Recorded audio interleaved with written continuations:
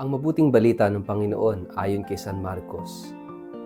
Mula sa sinagoga ay nagtungo agad si Jesus at ang kanyang mga alagad kasama sina Santiago at Juan sa bahay ni Simon at Andres.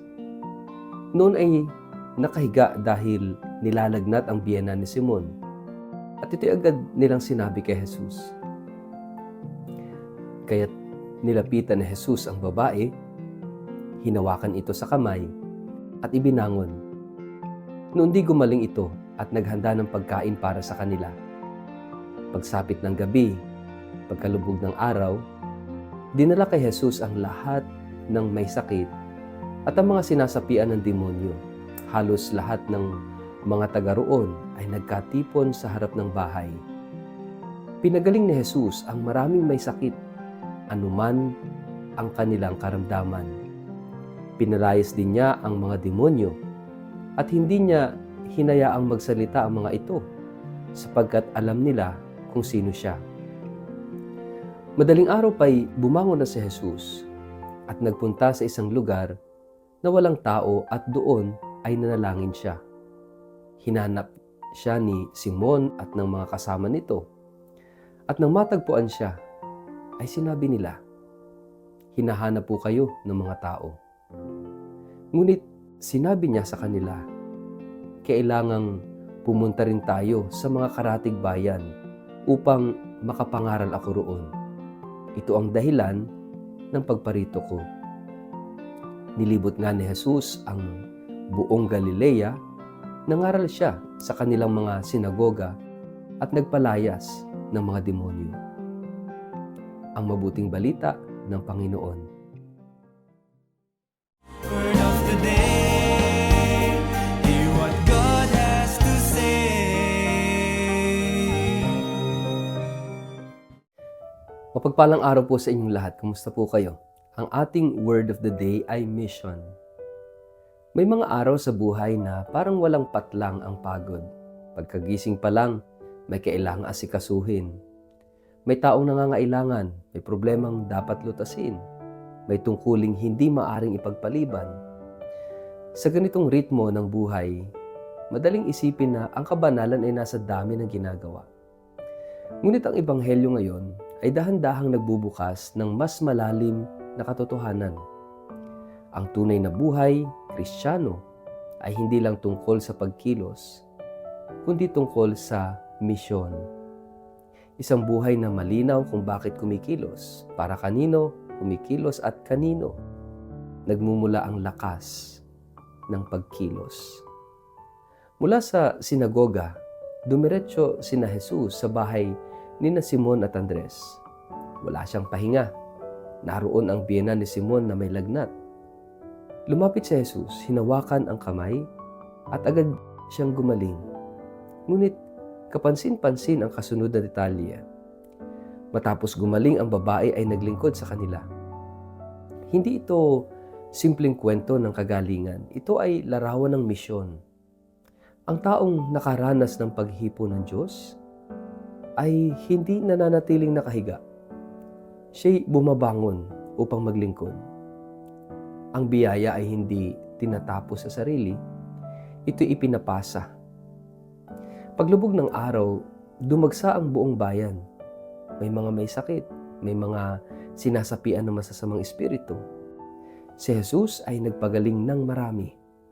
Sa mata ng mundo, ito na marahil ang rurok ng tagumpay. Sikat na siya.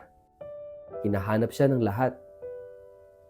Kung ngayon ito mangyayari, tiyak na viral, trending, at may paparating ng career growth.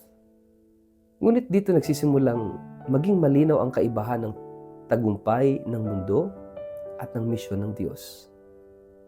Madaling araw pa bago magising ang lahat, umalis si Jesus at nagtungo sa isang liblib na lugar upang manalangin. Ito yung tahimik ngunit pinakamahalagang sandali ng Ebanghelyo. Sa gitna ng kasikatan at pangangailangan ng tao, humiwalay siya upang makipag-ugnayan sa Ama. Dito natin makikita ang pinagmumulan ng kanyang misyon. Ang ginagawa niya sa araw-araw ay nagmumula sa kanyang relasyon sa Diyos sa katahimikan. Kung walang panalangin, mauuwi ang misyon sa pagod lamang. Kung walang ugat sa Diyos, mauuwi ang paglilingkod sa pagkaubos. Hinabol siya ng mga alagad at sinabi, "Hinahanap ka ng lahat." Isang pahayag na puno ng tukso. Sino ba ang hindi matutuwa na hanapin ng lahat? Sino ang hindi matutukso na manatili kung saan siya sikat at kailangan? Ngunit ang tugon ni Jesus ay malinaw at matatag. Pumunta tayo sa iba pang bayan sapagkat ito ang dahilan kung bakit ako naparito. Ito ang puso ng misyon. Hindi manatili sa komportable, hindi magkulong sa pamilyar, hindi ikulong ang sarili sa iisang lugar o grupo. Ang misyon ay palaging nagtutulak palabas ng sariling interes, palabas ng kasikatan, palabas ng takot. Sa isang mas malalim na pagtingin, ang ebanghelyong ito ay salamin ng ating sariling buhay. Marami sa atin ang abala sa trabaho, sa pamilya, sa simbahan, sa komunidad. Marami ang gumagawa ng mabuti. Ngunit ang tanong ay ito, alam ko ba kung bakit ko ginagawa ang ginagawa ko? Ang misyon ay hindi simpleng aktibidad. Ito ay malinaw na direksyon ng buhay. Kapag nawawala ang misyon, kahit ang mabuting gawain ay nagiging pabigat.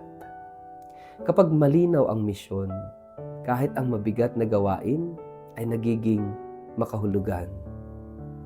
May panganib din na tulad ng mga tao sa Ebanghelyo. Hanapin natin si Jesus dahil sa kanyang kayang ibigay. Kagalingan, solusyon, ginhawa. Ngunit hindi dahil sa kanyang tawag. At may panganib din na tulad ng mga alagad. Isipin natin na ang tagumpay ng misyon ay nasusukat sa dami ng humihingi o sa lawak ng papuri. Ngunit ipinapakita ni Jesus na ang tunay na sukatan ng misyon ay katapatan sa layunin ng Ama.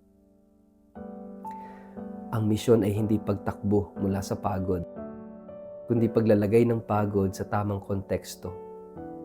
Si Jesus ay napagod, ngunit hindi siya naubos, sapagkat ang kanyang lakas ay hindi lang galing sa kanyang ginagawa, kundi sa kanyang pakikipag-ugnayan sa Diyos.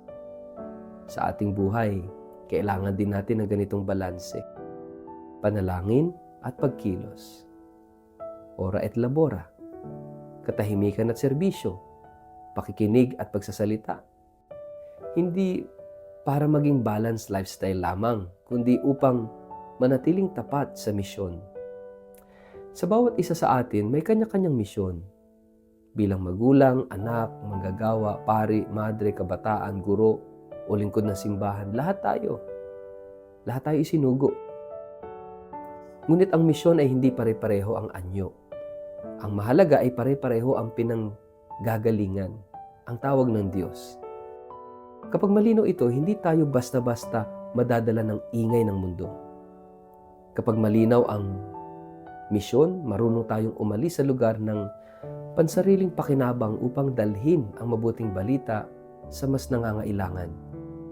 At sa huli, ang Ebanghelyo ngayon ay nagtatanong sa atin, hinahanap ba natin si Jesus para sa ating kaginhawahan? O sinusundan ba natin siya sa kanyang misyon? Sapagkat ang tunay na buhay Kristiyano ay hindi lang pagtanggap ng biyaya, kundi pakikibahagi sa kanyang gawain. At ang gawaing iyon ay malinaw. Ipahayag ang mabuting balita. Pagalingin ang sugatan, palayain ang bihag, at dalhin ang pag-asa sa lahat. Kahit saan tayo dalhin ng Diyos. Kaya magandang magnilay tayo, magtanong sa sarili, malinaw ba sa atin ang misyon ng Diyos para sa ating buhay? At saan niya tayo inaanyayahang pumunta lampas sa ating komportableng kinalalagyan? Sa ngalan ng Ama at ng Anak at ng Espiritu Santo. Amen. Panginoong Jesus, Ikaw ang isinugo ng Ama upang magdala ng buhay at pag-asa. Turuan mo kaming makinig sa iyo sa katahimikan at sundan ka sa pagkilos.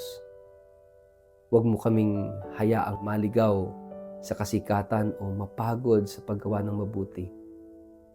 Linawin mo sa amin ang aming misyon at bigyan mo kami ng lakas ng loob na dalhin ang iyong mabuting balita saan man kami isugo.